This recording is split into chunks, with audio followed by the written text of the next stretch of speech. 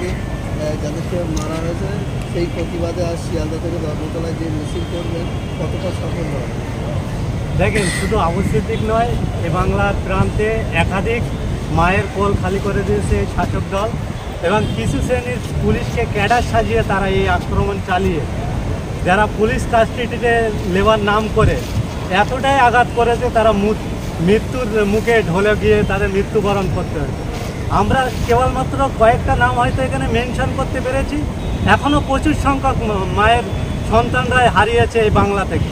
তাদেরকে যাতে সুবিচার পাইয়ে দেওয়া যায় এবং প্রশাসন যাতে নড়ে বসে এবং আইন আদালত যাতে নড়ে চড়ে বসে, আমরা এখনও পর্যন্ত আমাদের আবু সিদ্দিক ভাইয়ের দ্বিতীয় ময়নাতদন্ত রিপোর্ট এখনও পর্যন্ত আমাদের যারা আধিকারিকরা আছে, যারা দায়িত্ব নিয়েছে এই কেসটা, তাদের হাতে এখনও পর্যন্ত আসেনি।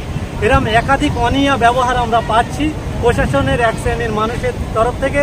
তাই আমাদের পীরজাদা নওশাদ সিদ্দিকী তিনি জাতি ধর্ম বর্ণ নির্বিশেষে সমস্ত মানুষের একত্রিত করে এক জায়গায় যেভাবে বাংলার লাঞ্ছিত বঞ্চিত অসহায় মজদুর মানুষদের মসিহা হয়ে তিনি কাজ করছেন, তিনি আজকে ডাক দিয়েছেন আজকের বাংলার বিভিন্ন প্রান্তে থেকে বাংলার ওই মায়েদের সুবিচার পাইয়ে দেওয়ার জন্য বাংলা মায়ের সন্তানরা এখানে উপস্থিত থাকবে এবং সাফল্য হবে বলে আমরা মনে করছি।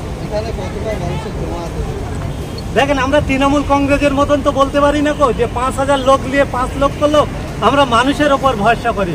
তৃণমূল কংগ্রেস আমরা দেখেছি স্টেজে এক কথা বলে বাস্তবে তার রূপ অন্যটা পাওয়া যায়। আমরা এরকম করে নির্দিষ্ট প্ল্যাটফর্মে দাঁড়িয়ে নির্দিষ্ট কোনো সংখ্যা বলতে পারবো না, কিন্তু আমরা এটা কনফিডেন্সের সঙ্গে বলতে পারি ভাইজান যেখানে ডাক দিয়েছে ভাইজান পথে নওজোয়ান নামবে, এটা আমরা বলতে পারি। যেখানকার বিধানসভায় নওশাদ সিদ্দিকী বিধায়ক, সেই ভাঙড় বিধানসভাতে কত মানুষ এখানে? আরে আর কিছুক্ষণ পরে দেখতে পাবেন ভাঙড় থেকে অগণিত মায়ের সন্তানরা, তারা কেবলমাত্র কালো মাথায় এখানে শিয়ালদায় দেখতে পাবেন। তারা অসংখ্য গাড়ি নিয়ে তারা চলে আসছেন।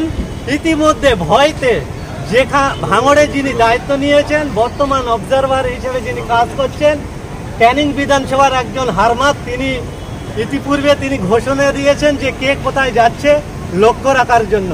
কিন্তু ক্যানিংয়ের ওই হারমাতকে বলি, এটা ভাঙড়ের মানুষ। ভাঙড়ের মানুষকে হাঁসের বাচ্চাকে যেমন সাঁতার শেখাতে হয় না, ভাঙড়ের মানুষকে লড়াই শেখাতে হয় না।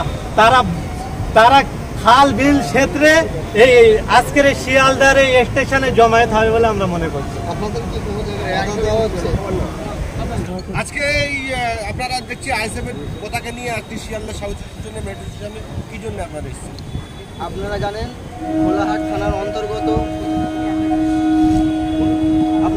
ভোলাহাট থানার অন্তর্গত আইএসএফ সমর্থক এবং আইএসএফের একনিষ্ঠ কর্মী আবু সিদ্দিক হালদারকে পুলিশি হত্যা করা হয়েছে এবং যে এসআই রাজদীপ সরকার, যার বিরুদ্ধে মূলত অভিযোগ, তার দৃষ্টান্তমূলক শাস্তির দাবিতে প্রসেন মণ্ডল, ইরশাদ আলম সহ যারা গণপিটুনিতে পুলিশ সন্দেহে যারা হত্যা করা হয়েছে, তাদের ন্যায় বিচারের দাবিতে আজ আমরা ইন্ডিয়ান সেকুলার ফ্রন্টের পক্ষ থেকে শিয়ালদা থেকে ধর্মতলা পর্যন্ত এক ঐতিহাসিক মিছিলের আহ্বান করেছি।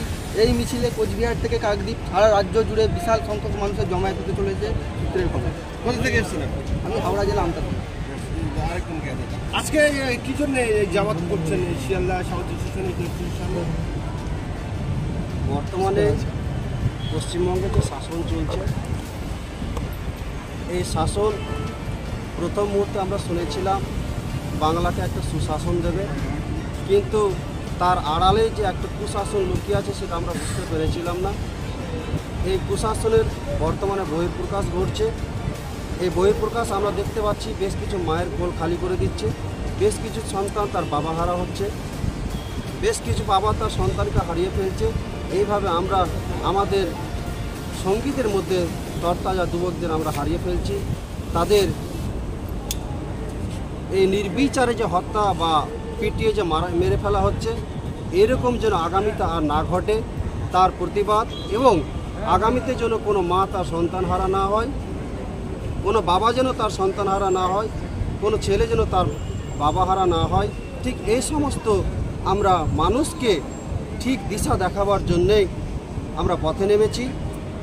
আমরা ভারতের সংবিধানকে বাস্তবায়িত করে প্রত্যেকের অধিকারকে কার্যকরী করব। কোথা থেকে এসেছিলেন? আমি এসেছি মালদা জেলা থেকে। মালদা কদিন এসেছি? আচ্ছা, আমরা বেশ কিছু